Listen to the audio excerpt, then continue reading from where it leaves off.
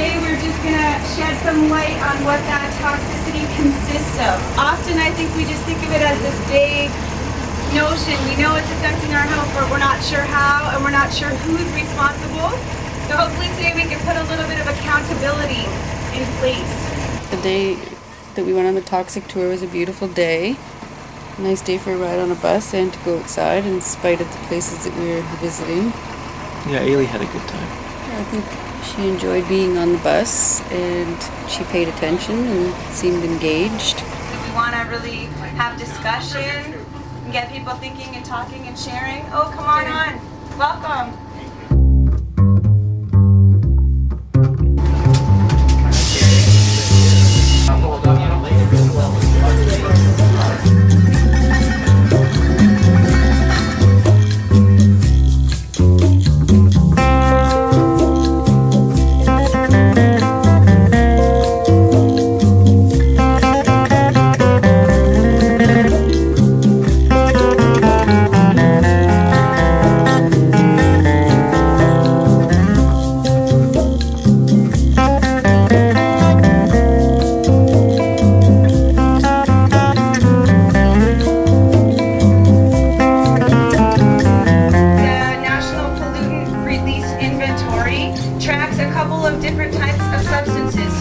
Toxic substances, and that's what we're going to focus on today.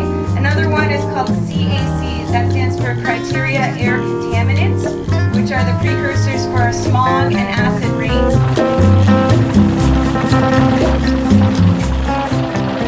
First stop was the Ambassador Bridge. The pollutants come from obviously the vehicles that travel across it. Especially the trucks transporting the goods. Thousands of trucks every day across that bridge. And the exhaust. And there are houses literally on here online leading up to the bridge. There are houses literally right under the bridge. And under the bridge.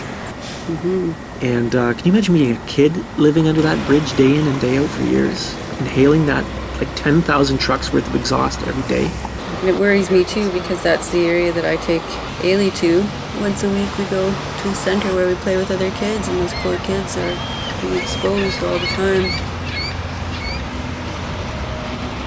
Depending on which way the wind is blowing, I have to shut my bedroom window at night because, it makes me ill. It really does. It's horrible. I mean, you don't think of these things. When you're driving on the bridge, you're driving under it, you don't think. A 2008 air quality study of air in homes near the Ambassador Bridge in Detroit found higher carbon measurements in indoor air samples compared to the outside ambient air. So it was worse inside the homes than outside, especially on days when the wind was calm. And it was concluded that the diesel truck traffic contributed.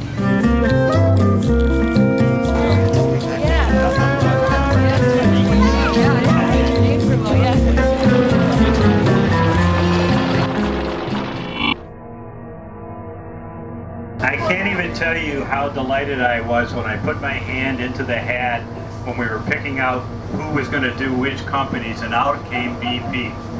Never heard of it. Right? Like, if we needed a poster child for the, the rot inside the multinational corporations, here it is.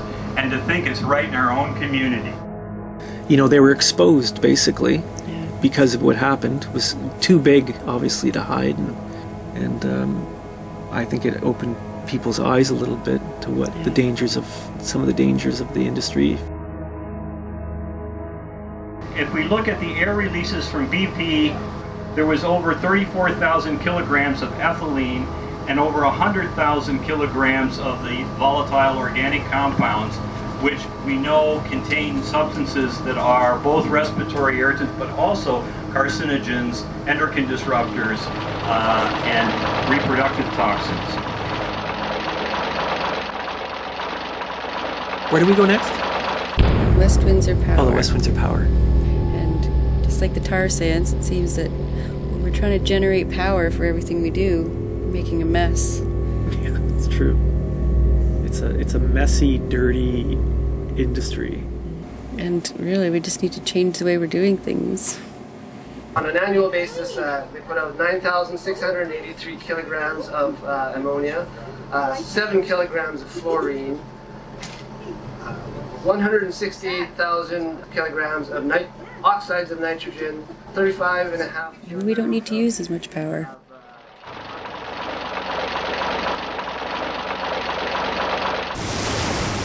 Brighton Beach.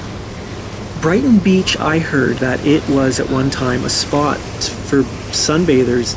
It was a popular beach in Windsor. In some ways it was a beautiful location because you're right on the water.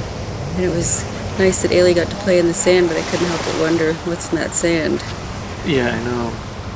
Because the volume of pollutants, right, from Windsor, but also from across the river, it's Right. stunning. And it's the amount of industry that's across the river is stunning too. It's not just one or two plants. This is in tons per year, tons. For carbon monoxide, it released 10,654 tons. Nitrogen oxide, 4,473 tons. It wouldn't be my first choice for No. a sunbathing location, especially with kids. No. I mean, on the beautiful day, it was such a beautiful day that day, and the water did seem nice. Yeah, the contrast of the beauty and the horror is something else. Right. Southwest Detroit is the most polluted community in Michigan. It's surrounded by Marathon Refinery, by the steel plants, by the big sewage treatment plants. There's actually, I think, 14 or 15 lead smelters in the state of Michigan, of which some of them are in that area. And the University of Michigan has gone to schools all through the state, and the biggest pollution levels are were at the school that was there. And at least one, if not, I think it may be their only elementary school was closed down because of lead poisoning. Lead levels in the children was so high, they shut the school down.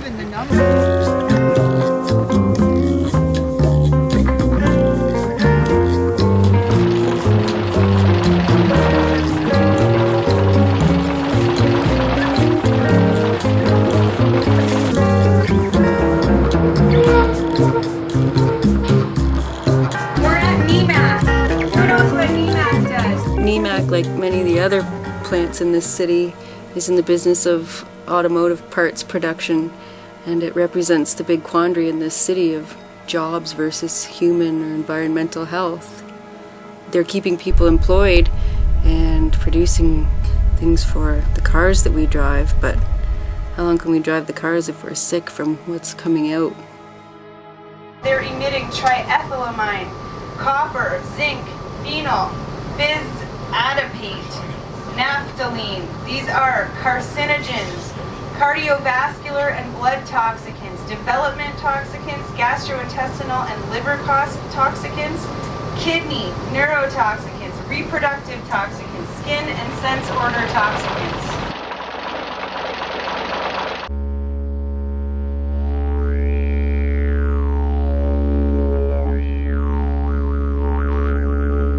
ADM is a food processing plant. This industry makes our food. Yeah. And yet here it is as one of the top 5 polluters in the west end of Windsor. And people are asking questions about what is in their food, and with good reason, obviously. The main toxin here is, it's called hexane. It is suspected of being a developmental toxin. We're looking at it from a local perspective here, but this is a global problem. Right. And so, and that's part of what this group wanted to do, is say, this is what's going on here, but it's not just here. Now, ITW Foils was originally known as maple roll leaf.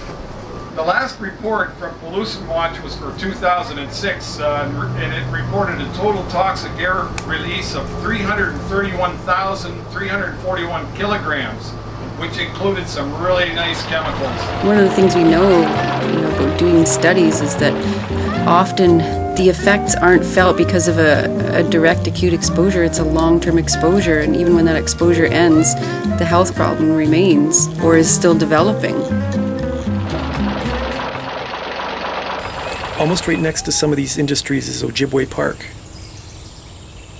There are more rare plants at Ojibway than anywhere else in Ontario. Yeah. And I was surprised to learn about the healing properties produced by forests like Ojibway. It's amazing to hear that they've done studies that actually show that with increased time spent in the woods, the production of anti-cancer cells go up in your body. They're actually finding that there are huge physical benefits from being in the forest. There are chemicals that are given off by the trees. Ojibway Park was the one place where we went to where we actually felt like we were in a natural environment and not at risk of being exposed to air pollution. It was a beautiful forest.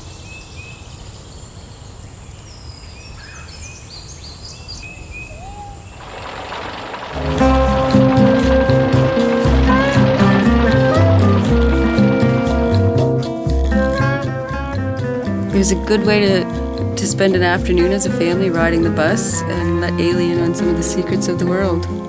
We love our children, so why wouldn't we want them to know that there's a job to be done? A job that we're trying to do to protect their future, but also one that they need to carry on, because this is their earth too.